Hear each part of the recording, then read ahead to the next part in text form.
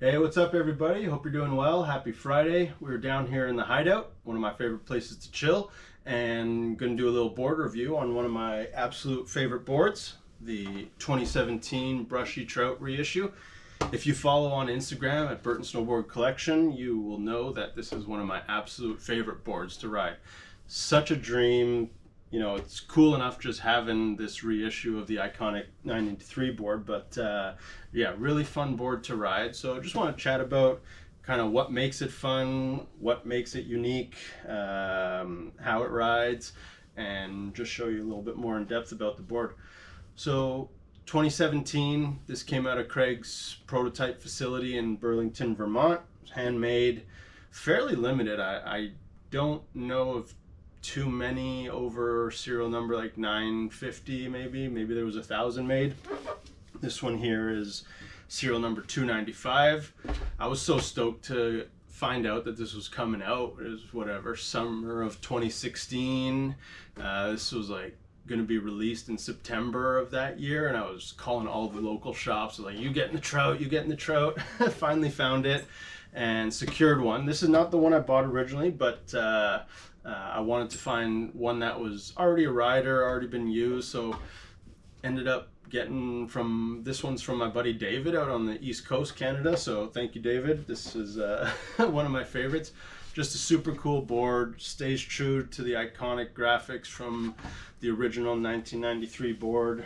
Brushie still is one of my favorite riders of all time. He's just super cool, so much style, and this board changed the game. You know, graphics kind of had never been done in this way prior to 93, and so you know, Burton had a lot of success with this board, so only fitting that they reissued it. It was the same year as the skeleton key came out of Craig, so super cool. Same size as the original, 157, right in the sweet spot. I love riding anything from like a 55 is the smallest I would go, up to a 58, so 57 here is right in the sweet spot. This was released with matching cartel limited bindings, so these were the matching bindings to go with it. Had the same 13 logo on the back and the Burton name here on the back of the base plate. Super cool, simple binding.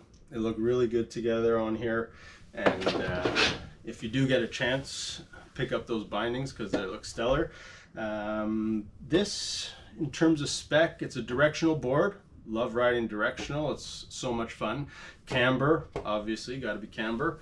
Twin flex, you know, not much to it. Superfly 2 core. It's a pretty, you know, standard makeup of the board, but in terms of its flex and kind of where it has a lot more stiffness and some rigidity, it really just powers through the turns, effortless riding, never really have to think about what's happening down there. It just does the work for you. Still pretty narrow for, you know, people who like a little bit of width on their board. It's a 248 waist width. Original 93 board was 244, so I think small change there, but overall the shape and everything is relatively true to the original board. So yeah, super cool. If I had to say, you know, what are the downsides to this board? Waist width, obviously, that really limits who can ride this board comfortably, and you know, with your feet size, your foot size, it really depends if you're gonna have fun on this or not. But I have a 10.5. I wear the medium bindings, and it just, you know, it's on the edge of a little bit too big in terms of foot size, but it works if you have the right angles and you're set up properly. And the only other downside, which is such a bummer, is that the base, the white, kind of absorbs color very easily. This base, I guess, very porous. It retains whatever you put on it. So word of advice, do not put colored wax on here for storage wax. It will 100% leave marks, leave, you know, discoloration on your white parts.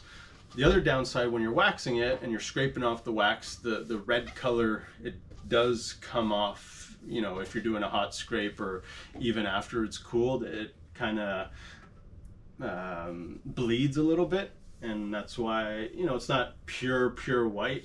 If I were to show you this from day one, it's definitely faded in terms of color, but damn, who wouldn't want to ride this cool board? It's super fun, get a ton of looks when you're riding this, and you just feel like your brush, and it's super fun. So favorite board, top 5 rider for me. I will not be letting this go. This will stay in the quiver for a long time, and I'm just going to enjoy it. So hope that helped for anybody who is interested in this board or just wanted to learn more about it. And if you have any questions, put it in the comments.